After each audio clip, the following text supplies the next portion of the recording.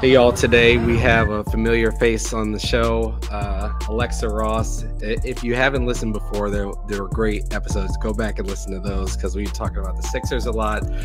We also had her on to talk about the Colts over the summer. It's Alexa Ross from out in Indy, but she's from South Philly.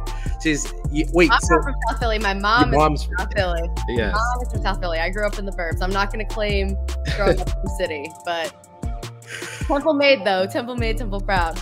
That's awesome. Wow. So the season, just to start off, I think both of us expected the Colts to be playing better. I mean, off the top, how do you feel about how things have gone for the Colts so far this season? The last 3 weeks have shaved 5 years off my life, honestly. It has been an absolute, it has been crazy. And it was unexpected crazy. I think we all kind of knew that the writing was on the wall with Frank Reich if things kind of continued to progress the way that they were going. Jim Irsay has very much been open about how he didn't want to be like his dad. He didn't want to be the guy who was firing people mid-season and all this stuff. But after the Tennessee game, something shifted. And I was at that Tennessee game. So I saw it happen, and it was bad. I mean, it was really bad. And I'm not going to put all of that on Frank. I'm not going to put all of that on Matt Ryan. I mean, the Colts offensive line has been completely underperforming, especially for the most expensive offensive line in football. You cannot have your quarterback being hit like that, now be the second leading quarterback in turnovers, now behind Josh Allen, which is also insane that we're saying that. Yeah. But, that's not what we're here to talk about. It's been a crazy couple of weeks, and the firing of Frank to then hire someone who has never had an NFL or college coaching job, that's insane. And no one was more confused or surprised than the people who were around the building all the time. Nobody saw Jeff Saturday being the interim. So, I mean, I think it's a lot of factors. There's a lot of stuff that has gone on, but at the end of the day, you can only do what you can do. And the Colts just have not been doing it. It was a business decision, I think, to get Jeff Saturday. I mean, he was a great offensive lineman for them, and they are supposed to have the best offensive line in football. They should be right up there with the Eagles and other teams as the best offensive lines. They have not been playing like that. I mean, Matt Ryan was getting lit up early in the season. It's been pretty rough. And he only got sacked once last week against the Raiders. Obviously, the Raiders front is not as good as the fronts that the Colts have seen, but that's not to say that Jeff Saturday being a former offensive lineman coming in, he made it a point to essentially spend most of practices last week with the offensive lineman. He sat there and was you're going to run this play until it's perfect. I don't care. If you are underperforming even a little bit, you're doing it again. And that kind of accountability, I think, is something that they were sorely lacking. Yep. And I think that them being able to kind of do that definitely helped them. And I certainly think that it helped them to have played the Raiders before they welcome in the Eagles. Because like I've been saying, you don't want to be the team that hosts the last undefeated team in the league after their first loss. You don't want to be that guy. Yeah. And I think they really definitely needed a little confidence building stepping stone there, but it was bad. It was really bad. And I'm happy to see that the offensive line has seemingly turned a page, but we'll see what it's like actually when they're up against, a formidable defense, obviously missing Jordan Davis, but with those acquisitions that were made over the last 24 hours, it's not Jordan Davis, but it's, it'll be helpful. It'll be supremely helpful for what we saw they lacked against the Commanders. Man, you just got into it. I mean, what I saw from Fletcher Cox was not. He started off the season pretty well, but the last couple of games, the run defense has just looked atrocious. I said this yesterday on a different show. I don't think the run defense has looked this bad in the time I've been alive, honestly. I've been really lucky to have watched a really formidable run defense. And Fletcher Cox is just, I don't know if he's missing assignments. I don't know if he's just not as explosive as he used to be. I don't know what it is, but it's not working. And but then when you miss, when you're missing Jordan Davis, like, I don't think anybody really realized how much of an impact this kid made in such a short period of time until he was gone.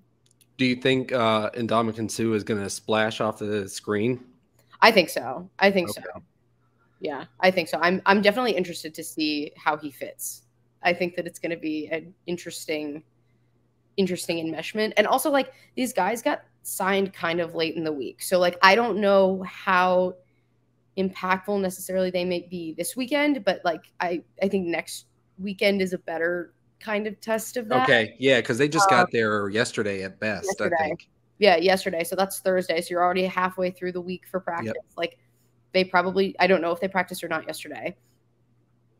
So I don't know. So maybe they only have one day of practice under their belts, but they just need something. I mean, at defensive line, you're more able to contribute more than other positions, but I agree. You probably couldn't play the full load as if you had been. But you're going to have to, especially when you have a running back like Jonathan Taylor, who, with the Jeff Saturday and Parks Frazier duo, has been utilized more. Like, he had his longest run of the season, his first long touchdown run against the Raiders, like all this stuff. Again, I'm not comparing the Raiders defense to the Eagles defense. It's not what I'm doing at all. But I'm saying that the play calling has started to shift into a way that is a little bit more aggressive and a little bit, giving more work back to Jonathan Taylor. Yeah, I can definitely see Jonathan Taylor. I think he's due one. I think he's going to rip one long run off on the Eagles. It's going to be a 40-yard plus run. They just have to make sure it's not a touchdown or that it only happens one time. But I can't help but see him being able to make one splash play. He's a very good player in this league. So he's a great player. And that's why he's so fun to cover, and he's so fun to watch, because he can just kind of make something out of nothing. The way he can pick up yards after contact.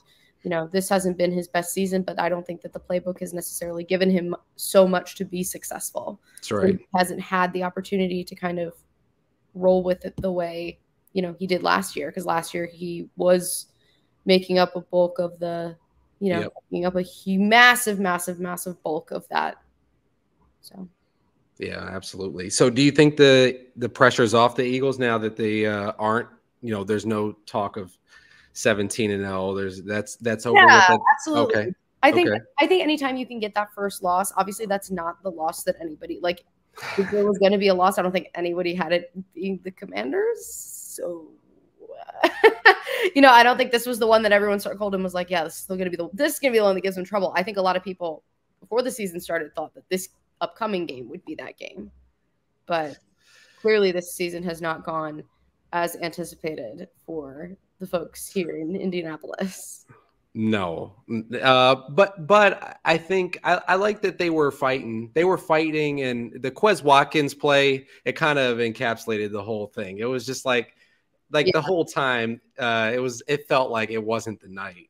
Sometimes in sports, there's just those games where it's just not your. It started off with, I think that they hit a big play, or something got called back on the first play, and then Josh Sweat lights the guy up, we get the touchdown, and then but then another few blunders, come about. So I think it just wasn't the Eagles' night, long and short. No. and that's just like what happens, you can't be perfect forever. And if you are perfect forever, then it's only gonna the pressure is gonna ratchet up. Yeah, it's just gonna make it worse. So you think Fletcher, this is the last year with Fletcher Cox? Yeah, this feels very Jason Peters-esque to me, just kind of like the fall off, and hopefully they don't keep him around for significantly longer the way they did with Jason Peters, because like we see how that went for us. And I mean, clearly he's still going, but clearly he's still going. Yeah, is he still? But he's not playing for the Cowboys at this point. No. He's still on the practice squad, correct? I believe so. Yeah, I don't think he's been elevated, but like he's still getting a check. Yes. Yeah, he's still getting it. He doesn't need to be getting a check. He does not need it. I swear. He's got to stay icy. Come on, man. Get this man off of a payroll, please. Go to like a monk sanctuary somewhere. Like, I don't want you here. on the Cowboys. Randall Cunningham went and played for the Cowboys. A lot of people went and played for the Cowboys. It's weird. I don't even want to talk about that. That makes me upset. It does. It does. I feel it's so funny.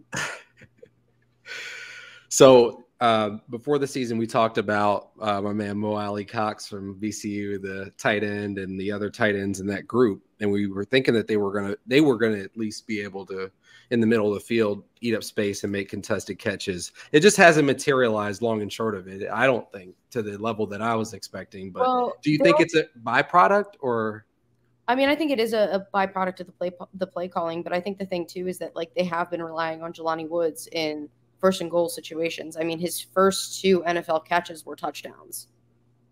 Like, that's not by coincidence that you put your 6'7", this 6'7", 22-year-old in the end zone, because he can very easily shed people and also like just throw it short and be there. So I am all in on Jelani Woods supremacy. I believe in Jelani Woods. I want him to be, I want good things for this group. And I think they have been, and I think a lot of the contested catching that hasn't happened has been because they have to pick up a lot of slack for the offensive line. That's right. Because the offensive line has been so bad also. So I think it's a kind of a little bit of both of like the play calling, but also we need to be elsewhere because we're needed elsewhere. Whereas like Jelani is really the only one who has like performed in the end zone, which is fine because it works.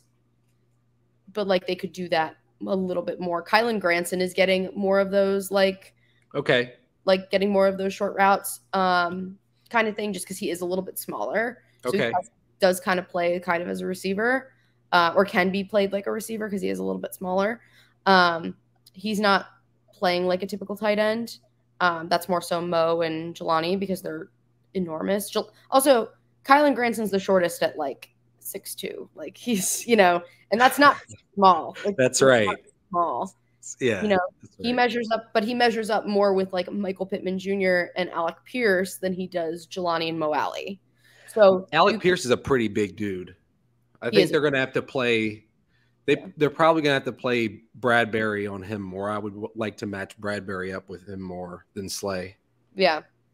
Take Paris Campbell with Slay if I'm the Eagles. It's interesting you say that because I like that. And Paris has been getting more and more catches, and he's getting, they've kind of been moving around their XYZ. Yep. So he has been getting more of that. Pittman has been going across the field. Nobody has really just like stayed lined up in the slot. Everyone's kind of moved around. That's why I got to trail. I got to trail these guys. I'm not really afraid of Pittman. I mean, and you shouldn't be. He's more a yards after contact kind of guy. Yep. Pierce, I think, because Pierce is not as fast as Paris. Paris is really, really fast. That's right. But Pierce can catch a long ball. Like he has a great eye for a deep ball. So that's kind of why I'm not exactly sure how these how the secondary is going to line up with these receivers. Just because it could go a couple different ways. They might just have to be. They might not have a solid assignment, just depending on how these guys get played. I think Alec Pierce is I would love to have a player like a young player like Alec Pierce. I think he's an excellent young player. The Eagles should watch out for that. I think Bradbury, just because of the stature, lines up better, and like you said, because he's not so fast. Bradbury is he's a little less fast than Slay too. So I would rather, because I feel like Paris Campbell, if he gets lined up on Bradbury, he might cook him. He will, just because Paris can run. I mean, and that's why Jonathan Taylor checkdowns are such a big thing too, because obviously the way he can run is, and that was like the bulk of his first year was JT checkdowns. Like that was a big part of that Phillip Rivers offense. Yep. Not that says so much about Phillip Rivers, but just that like that's kind of like the way they were workhorsing Jonathan. And then it turned into more so just handoffs as opposed to checkdowns. But now we kind of see them going back to that a little bit. The Eagles are catching a big break with that trade for Nyheim Hines. Like the fact that they don't have Nyheim Hines anymore is a lucky break for the Birds. I was very pleased when I saw that. That was awesome. Because he's a dangerous pass catcher out of the backfield. He really is. Yeah, I mean, that's the thing. And during camp, we saw him line up everywhere. I mean, he's a total Swiss Army knife in what he can do. And so I hope he gets utilized like that in Buffalo because he deserves it and he rocks and is a consummate professional. So, I hope he's somewhere where they will utilize his talents. No, that they will. They will. And I feel like we talked about that. You brought up Josh Allen really quick earlier, and I feel like it got a little too out ahead of itself. The people talking about how good Josh Allen is, but it's not like how people have been talking about him this week. Like he's not one of the top 2 quarterbacks in this league right now. Yeah. Without a question. And then to add a Nyheim Hines is an excellent move for the Bills. Yeah, no, and I'm super happy for him. I just, I just wish him the best and hope that, he continues on that.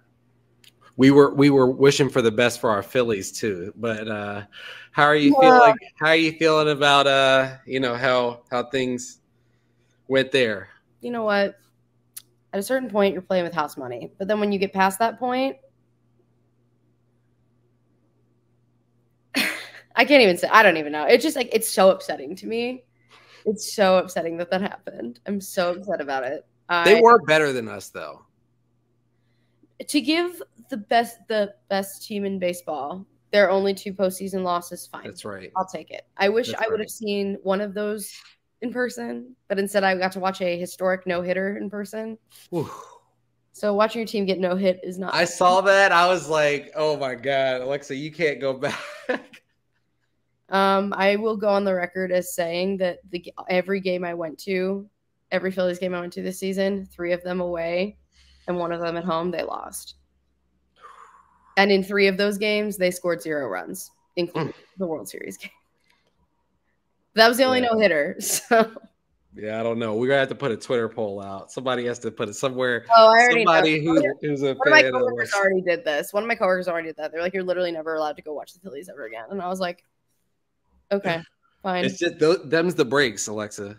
Sorry. Listen, until I get a job and have to cover them, then I won't. Please don't. Somebody. No, around the time. They can't go. They can't lose out.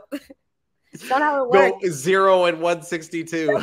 You can't go 0 and 162. That's not how that works. God. I don't know if I want to try it because I've seen the Sixers do that.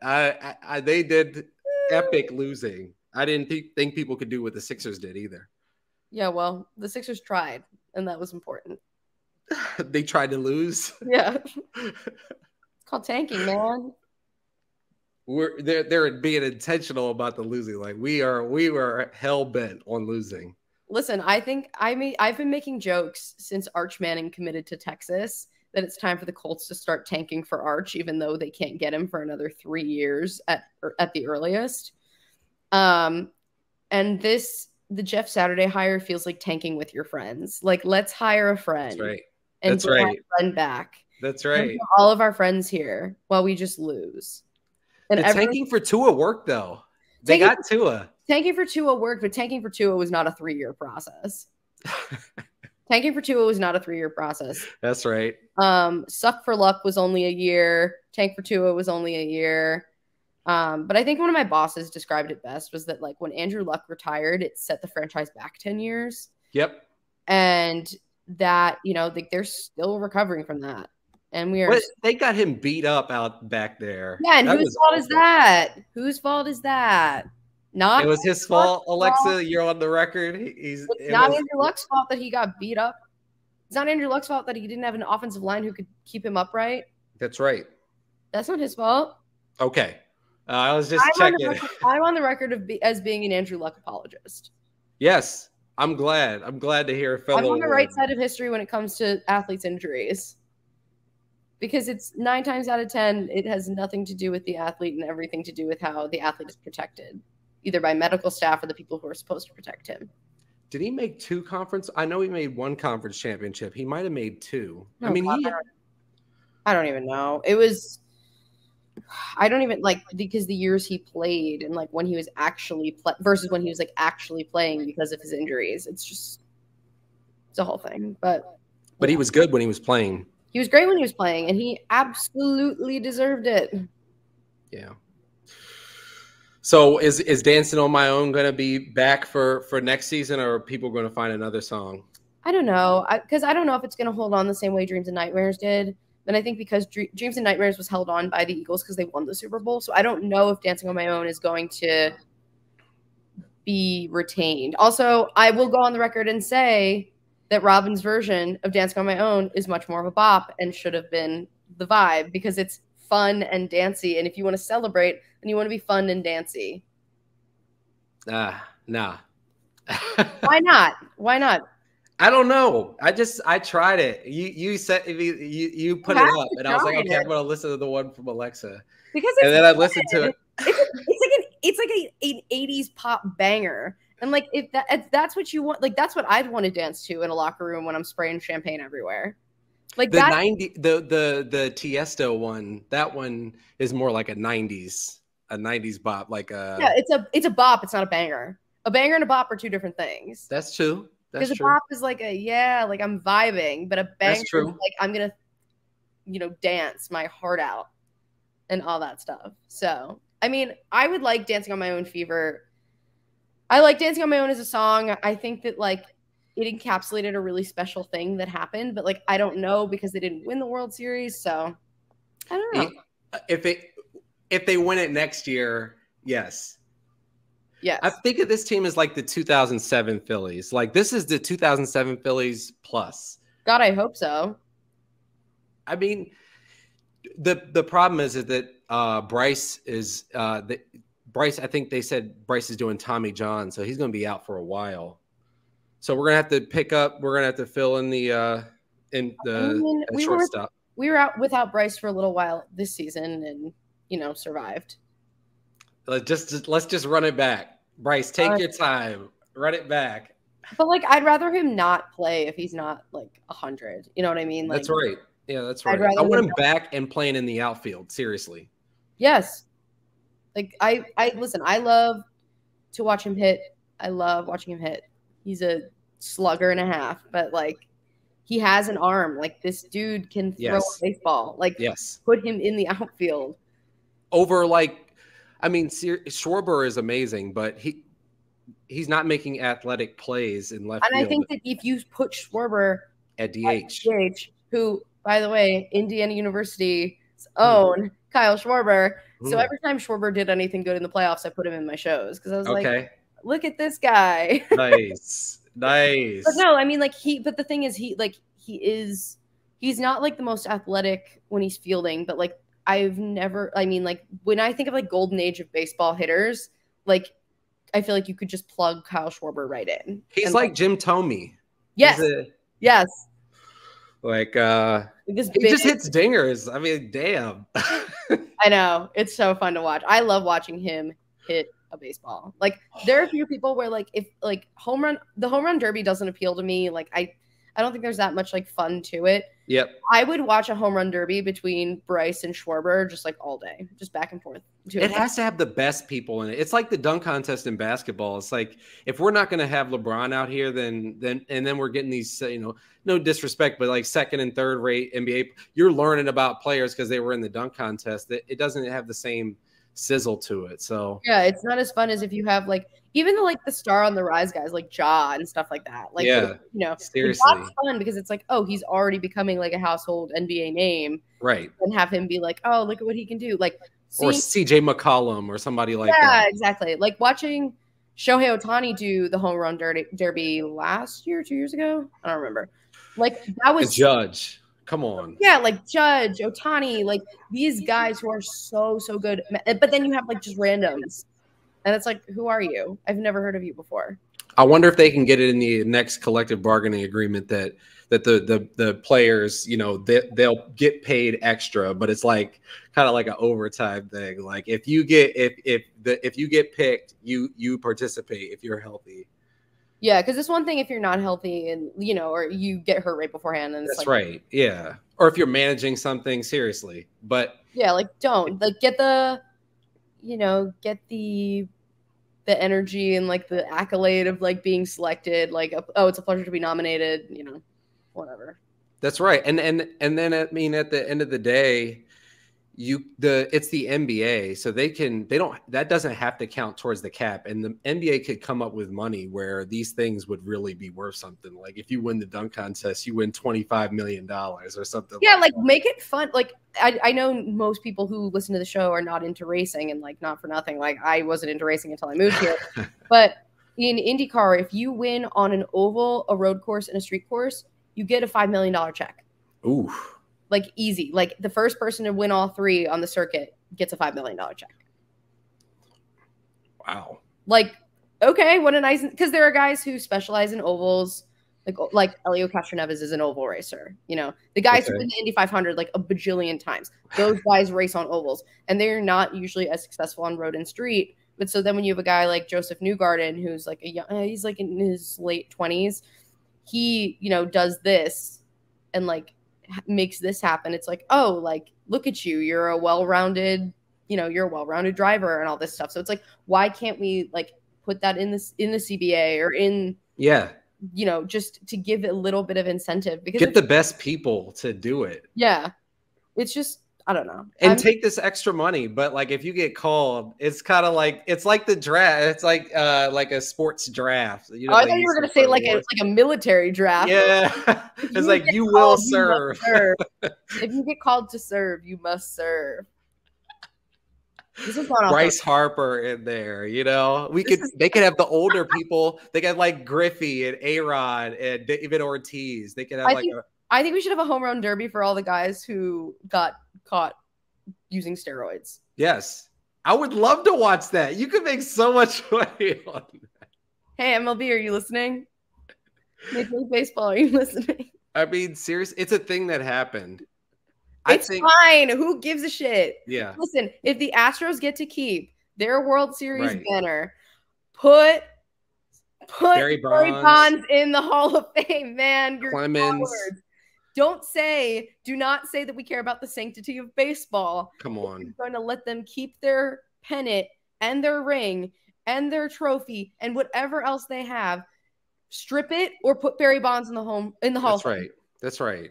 Barry Bonds deserves to be in the Hall of Fame. And because of the crazy uncertainty of that time, because so many people were juicing, people would see their teammates and everybody else doing it all the time. It was like you had to kind of assume that people were on the juice. Some of the stuff things that people were doing were ridiculous. It was like, okay, so some of these pitchers were on the juice, and so some of the hitters get on. Barry Bonds was a Hall of Fame player way before steroids happened. You're talking about one of the top, both ends of his career. He's like Kobe Bryant, where like both ends of his career are top 10 players by themselves. It's unbelievable. And people just really want to put Barry Bonds in the Hall of Fame, cowards. That's it. That's it. That's it. That's all I have to say. That's all I have to say. And then we move on to NFL. Drop the mic. That's all. This is not my parting statement because we're still going, but my parting statement on this part of the conversation is put Barry Bonds in the Hall of Fame. Facts. Okay. So Cowboys play the Vikings. They're, I think, 1.5 point favorites. I think it was on Sunday Night Football, and then they flexed somebody out of there. I don't think it's on Sunday Night Football. It must have been moved to 4. NFL schedule for the week, because I don't know what's been flexed and moved. Yeah, they flexed them. Well, because I know that, the only thing that I was paying attention to, Chiefs Chargers got flexed. Yeah. Yeah, it got flexed into prime time. So, and that's in LA. You do want to see that. I do want to see that because if the Chargers win, the Chargers really, I think. They're in second place, or would they be in first place? The Chiefs have 6 already, right? Or 7? Their record? Yeah. Well, one of their losses is to the good old Indianapolis Colts, in case anyone was paying attention. Yeah, so the Chiefs are 7-2. The Chargers are 5-4. Okay, so they'd be in second, but they would have one win, so they'd be straight up one. And if they tied, the Chargers. I guess it would be like a half game, basically. I can't even think about ties. I'm so like triggered by ties because the first week of the season was the Texans tie. I can't do that. Ties are too much for me. I thought the Colts were gonna tie the Broncos in Thursday Night Football after scoring no touchdowns, and I was just like, I don't know what I'm gonna do with myself. Like, I'm gonna go jump in my apartment complex's pool, even though it's freezing. When Donovan said that he didn't know that you could tie, it was one of the most defeating moments of my sports fandom. I was so like, because I was a Donovan guy, I would go in the lunchroom and be arguing with people that he was the best. Or did you argue? Were you a Donovan is better than Vic guy? Were you making those? Were you? I believe that to this day. Yeah, I mean, I used to fight people about that too. Like, there was a kid in my second grade class. I hope you're listening. His name was Ryan. Ryan's family's from Atlanta, and he'd always wear his Vic jersey. And I would just be like, my quarterback is better than your quarterback. And that's when I knew I was going to have a career in sports media, because I was arguing with the kid at lunch. Like, Thank you for propelling Alexa to this moment. Yeah, the haters are my motivators. No, Michael. Yeah, Vic was nice. That does not take away from Michael Vick. Right. Like, that does not take away from his ability. No. Take any name off of somebody. Say that the person goes to 5 conference championships, quarterbacks a team to 5 conference championships and a Super Bowl. Wins like 8 division championships. Like, barely ever gets picked off. Barely. McNabb was rarely getting throwing interceptions. So running all over people. He was better than Dante Culpepper. He was better in his time. He was a top 5 all the time. And here we are today in 2022 on November 18th, 2022. All right. So Patriots are 3-point favorites at the Jets. That's not versus the Jets. That's not saying much. The Jets beat the Bills, though. The Jets did beat the Bills. The Jets have been weirdly kind of kryptonite for the Bills recently. Yeah. Which, I mean, I'm cool with it. I think it's fun. I think that makes the AFC South fun, because it's not just oh, the Patriots are dominant. Oh, now the Bills are dominant. Give us some parity. Let us have a little bit of fun. That's right. So who you got in that one? Oh, wait, hold on. The Cowboys. We never said I got the Cowboys in the Minnesota Vikings. We talked about the flexing. Yeah. We never picked it. So I got the Cowboys. I'm picking the Vikings. Okay.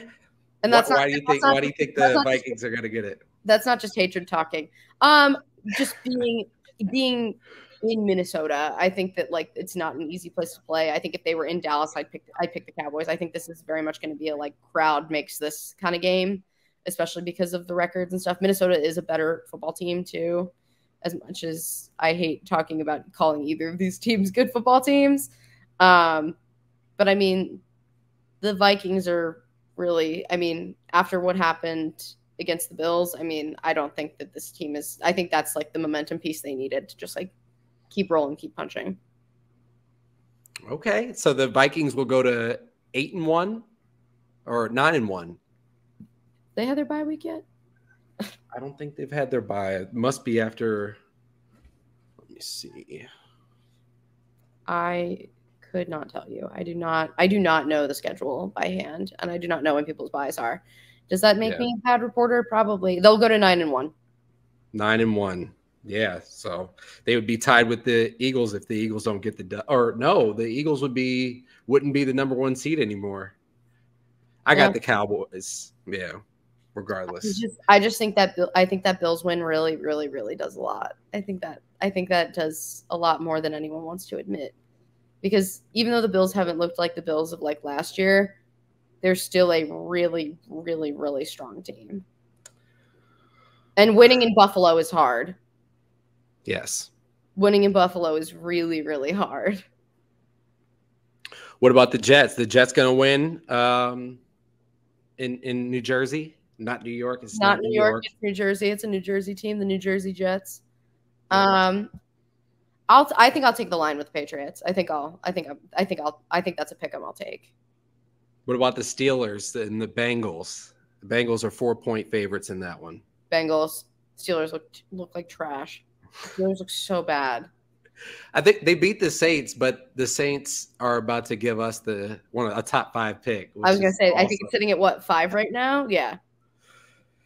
It's in the top 5 for sure. It definitely, last I saw it was like the number 5 pick. So keep losing. Just keep losing. And I'll take a top 10. That's fine too. You get to squeak out another 2 wins and bring it down a little bit. That's fine. Thanks. And for Gardner Johnson, y'all did a great job. Thank you. Thank you for your service. Saints. So speaking of the Saints, they're 4-point favorites at the Rams. What's up with that line? Defending Super Bowl champs. Because they don't look like the defending Super Bowl champs. Like they don't. And are they that bad to a team that's about to give the Eagles a top? No, and that's why I think I think I'll take the Rams in that one, but I don't think that. I mean, the Rams look like as bad as a reigning Super Bowl team has looked in recent. Yes. Period. So, yeah. Period. So, but I will still take them over the Saints. I still do take them over the Saints. I don't roll with that line. I don't love that. What about the game that got flexed, the Chargers and the Chiefs? Straight up, who do you got in that one? Chiefs, but I want it to be Chargers. Yeah. But McCole Hardman is out, so it's going to be Schuster, and I guess they're going to have to use Sky Moore some more. But I'm looking at the Chargers injury report too, because I know they've throughout the season have just had so many issues with injury and stuff like that. Yeah, Keenan Allen's back. He's limited right now. He was limited in practice.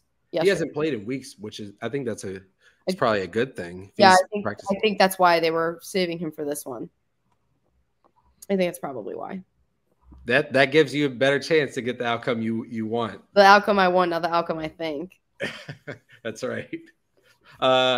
What about the Birds? Speaking of outcome you want versus the outcome you think. What about the Birds and the Colts? That's 6.5. The line right now, the last I saw was 6.5.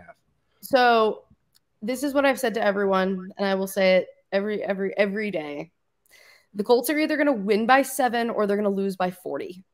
And there's no in between. They're either going to get completely lit up and get smacked around and destroyed, or they're going to hang in it the entire time. And you're going to see a Matt Ryan, another virtuoso. Yeah. A fourth quarter Matt Ryan masterpiece.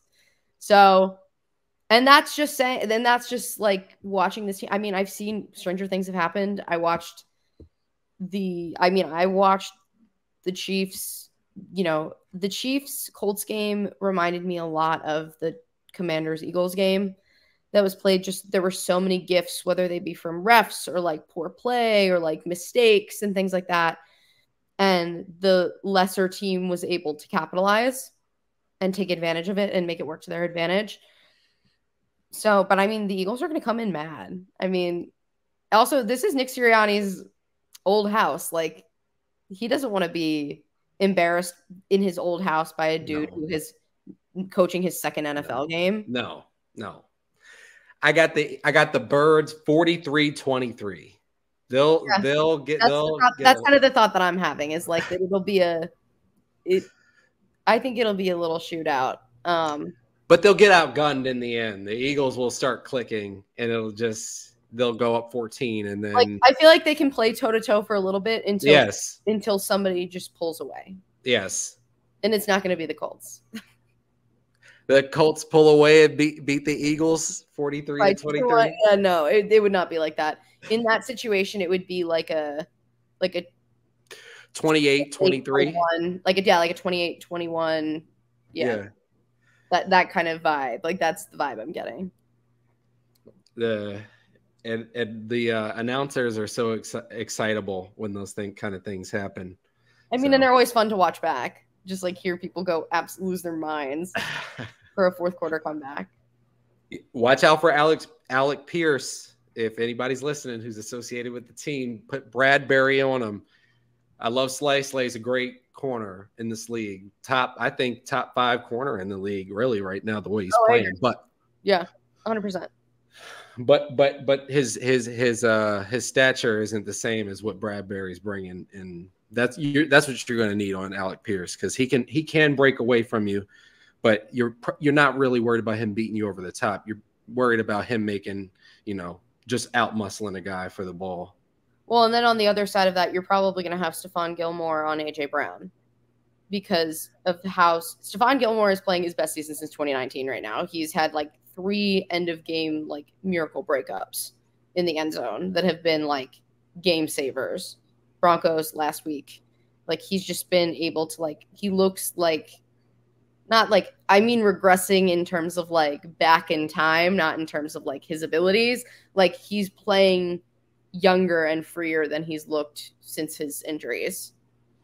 That just puts the onus on Devontae Smith, though. I think Devontae Smith he absolutely needs to just step it up. He's so talented, and I just want to see him do more.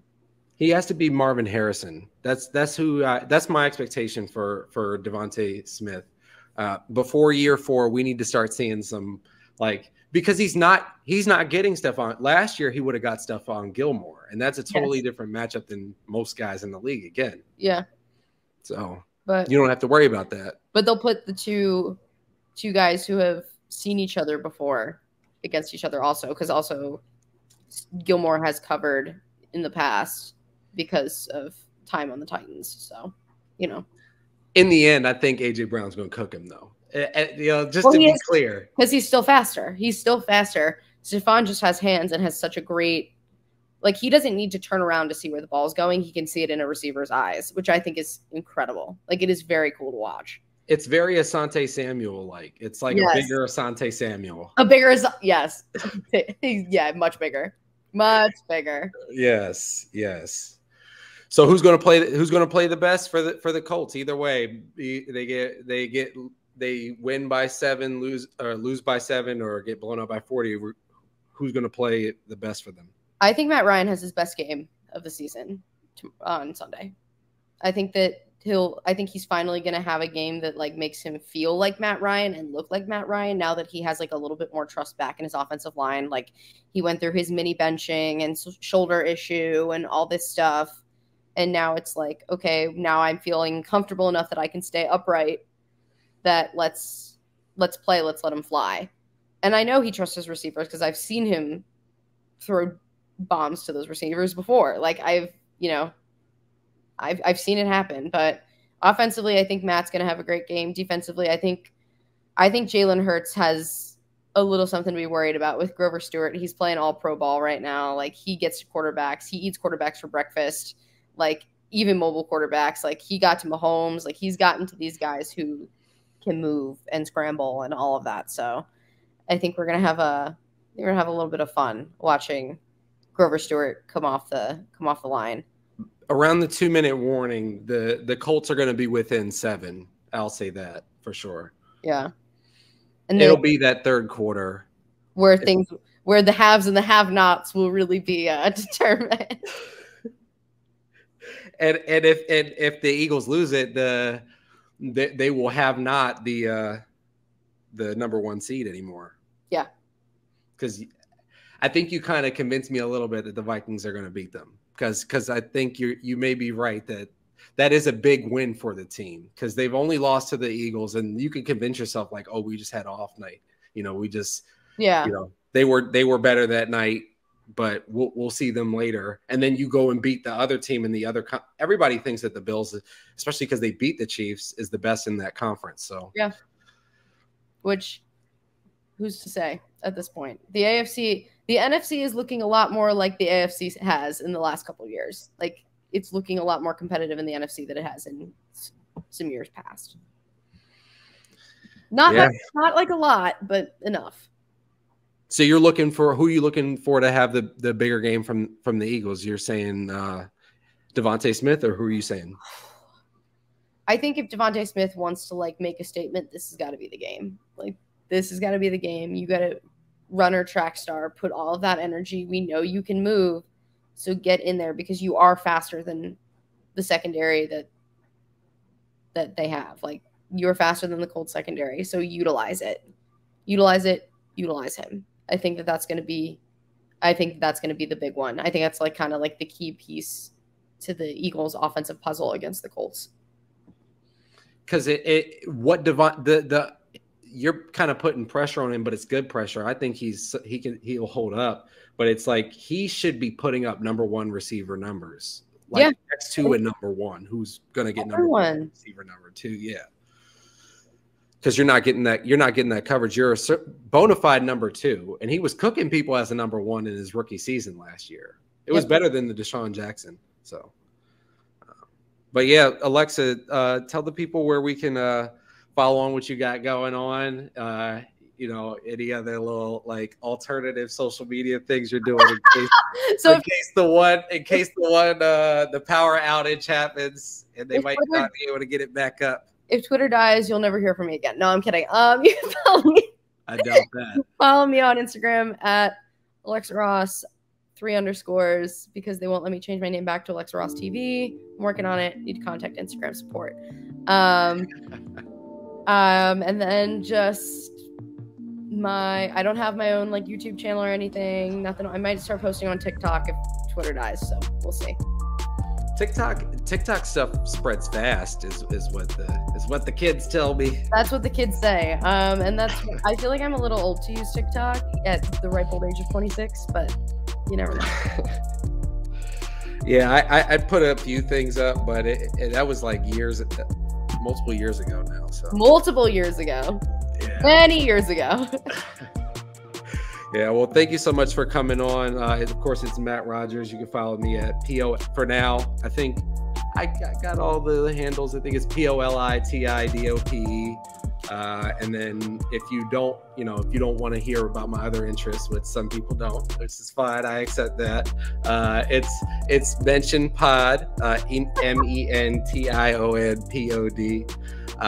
So if you want to just stick to sports, you can go over there. But thank you so much for listening. See y'all again.